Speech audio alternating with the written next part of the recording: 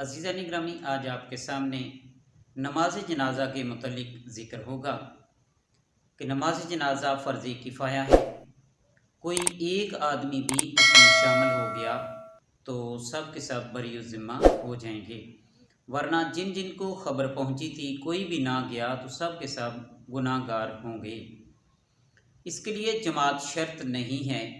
कोई एक शख्स भी नमाज जनाजा अदा कर ले तो फ़र्ज़ किफ़ाया अदा हो जाएगा, और इसकी फ़र्जियत का इनकार करने वाला कुफ़र करता है। तो नमाज जनाजा के मुतल्लिक है कि नमाज जनाजा में 2 चीज़ें रुकन हैं और 3 चीज़ें सुन्नत मुअक्कदा हैं। रुकन क्या है? नंबर 1, 4 बार तकबीर कहना, यानी अल्लाह अकबर कहना। 4 बार अल्लाह अकबर कहना, तकबीर के अल्फाज को, ये तकबीर के अल्फाज को 4 मरतबा यानी अल्लाह अकबर कहना, ये फ़र्ज़।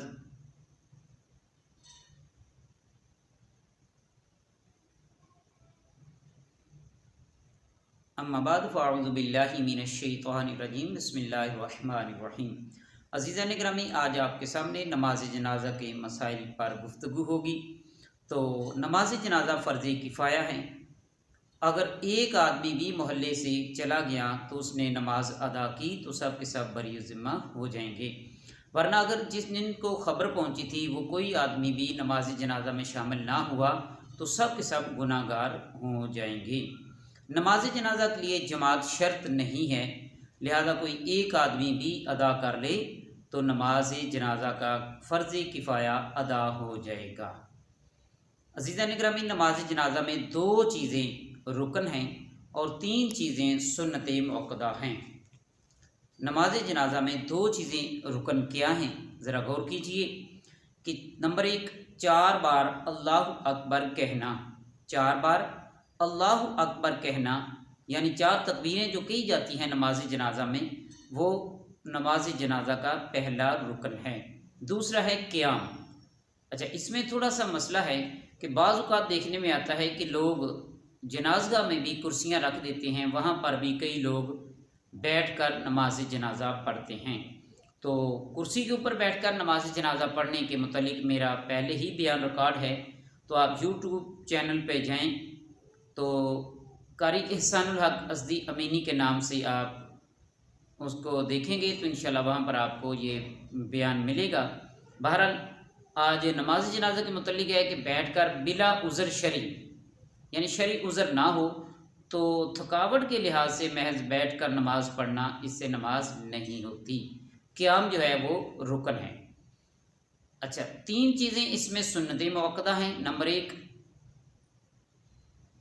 कि सना पढ़ना, यानी सुब्हानकल्लाहुम्मा व बिहम्दिका व तबारक अस्मुका व तआला जद्दुका व जल्ला सनाउका व ला इलाहा गैरुक, ये पढ़ना, ये पहली सुन्नत मुअक्कदा है। दूसरा है दुरूद शरीफ पढ़ना। नमाज जनाजा में दुरूद इब्राहिमी पढ़ना अफजल है। नमाज जनाजा में दुरूद इब्राहिमी पढ़ा जा सकता है। उसके बाद तीसरी चीज़ है मैयत के लिए दुआ करना, ये सुन्नत मुअक्कदा है। मैयत के लिए दुआ करना ये सुन्नत मुअक्कदा है। तो अज़ीज़ान गिरामी, मुक्तदी इस तरह नियत करेगा। नमाज जनाजा का मुख्तसर तरीका जो है वो आपको बताया जा रहा है, उसमें आप थोड़ी सी तवज्जो फरमाएं। मुक्तदी इस तरह नियत करे कि मैं नियत करता हूँ इस नमाज जनाजा की वास्ते अल्लाह ताला की, दुआ इस हाजिर मैयत के, पीछे इस इमाम के। अब इमाम व मुक्तदी पहले कानों तक हाथ उठाएंगे और अल्लाह अकबर कहते हुए फ़ौरन हस्बे मामूल नाफ के नीचे हाथ बांध लेंगे। तो ये देखिए कि नमाज जनाजा में आपने उसी तरह तकबीर तहरीमा कहनी है जिस तरह नमाज में कही जाती है, कि इस तरह आपने, यानी इस तरह कि दोनों हाथों की हथेलियाँ बिल्कुल सीधी किबला की तरफ हों, पाँव आपके सीधे हों, किबला की तरफ हों, टेढ़े पाँव नहीं होने चाहिए। फिर आपने इमाम साहब के साथ अल्लाह अकबर कहते हुए तकबीर तहरीमा, यानी दोनों अंगूठों को अपने कानों की लो को टच करना है, लगाना है, इस तरह अल्लाह अकबर। अच्छा, इसमें एक मसला बहुत बड़ा है कि बाज़ औक़ात मैंने देखा है कि जनाजे में अक्सर उलमा इकराम जो नमाज जनाजा पढ़ाते हैं, इमाम मसाजिद पढ़ाते हैं, मैंने कई मरतबा पीछे पढ़ने का शरफ़ हासिल हुआ है, तो बड़े बड़े उलमा इकराम भी, इमाम मसाजिद भी नमाज जनाजा पढ़ाते हैं। तो वो पहली तकबीर उला जो है, तकबीर तहरीमा जिसे कहा जाता है, वो कहते हुए बहुत लंबा कर देते हैं लफ्ज़ को, अल्लाह के लफ्ज़ को बहुत लंबा, ज़्यादा लंबा कर देते हैं। तो इसमें बहुत बड़ी एहतियात की बात यह है कि कई मुक्तदी ऐसे हैं कि वो इमाम से पहले ही अकबर कह देते हैं। इसमें थोड़ी सी तवज्जो नहीं, बहुत बड़ी तवज्जो की ज़रूरत है कि जो मुक्तदी इमाम साहब को, बहरहाल यहाँ पर इमाम साहब की खिदमत में भी गुजारिश है कि आप जब भी नमाज जनाजा पढ़ाने के लिए खड़े हों तो तकबीर तहरीमा जो है उसके लफ्ज़ अल्लाह को इतना ज़्यादा लंबा ना करें कि पीछे से कोई आम आदमी, सादा लोग जो होते हैं वो आपसे पहले ही अल्लाह अकबर कह दें। मिसाल के तौर पर इमाम साहब अभी कह रहे हैं अल्लाह, तो पीछे जो खड़े हैं उन्होंने पहले कह दिया अल्लाह अकबर।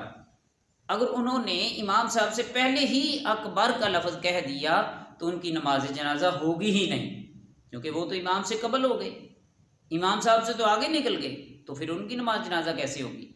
लिहाजा यहाँ पर मैं आइमा मसाजिद, उलमा इकराम की खिदमत में एक छोटा सा मशवरा पेश करना चाहता हूँ, अर्ज़ करना चाहता हूँ कि खुदारा अपने पीछे मुक्तदियों की भी थोड़ी सी तवज्जो रखें, उनका भी ख्याल करें कि हमारे सादा लोग होते हैं कि जब आप लफ्ज़ अल्लाह को इतना लंबा कर देते हैं तो पीछे वाले आदमी अल्लाह अकबर कहकर नियत कर लेते हैं, वो समझते हैं कि हमारी नमाज जनाजा होगी, लेकिन उनकी नमाज जनाजा नहीं होगी।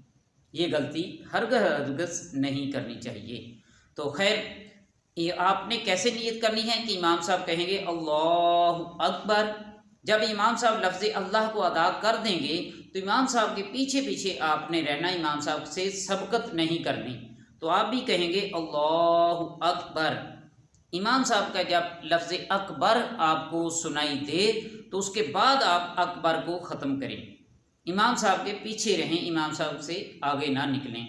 फिर क्या है कि आपने सना पढ़नी है, मामूल के मुताबिक जो सना पढ़ी जाती है नमाज में वो ही पढ़नी है, और उसमें एक लफ्ज़ का इजाफ़ा है वजल्ला सनाऊ का वला इलाहा गैरुक। फिर आपने हाथ जो है नाक के नीचे बांधने हैं, फिर सना पढ़नी है, सना के बाद फिर तकबीर होगी, तकबीर के बाद फिर दुरूद इब्राहिमी पढ़ना है।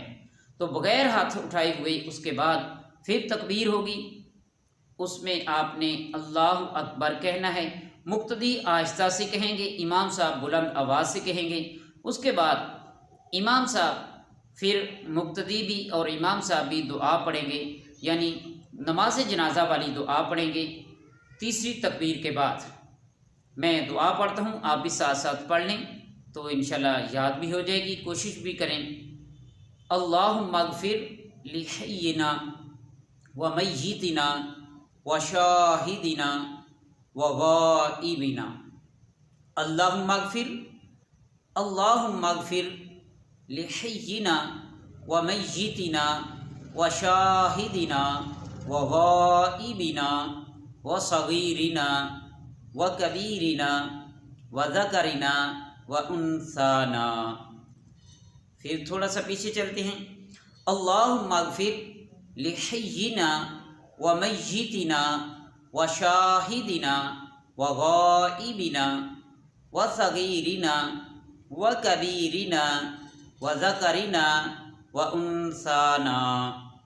अल्लाहुम्मा मन अह्यैतहु, अल्लाहुम्मा मन अह्यैतहु मिन्ना फ़अह्यिही अलल इस्लाम। अल्लाहुम्मा मन अह्यैतहु मिन्ना फ़अह्यिही अलल इस्लाम। वमन तवफ़्फ़ैतहु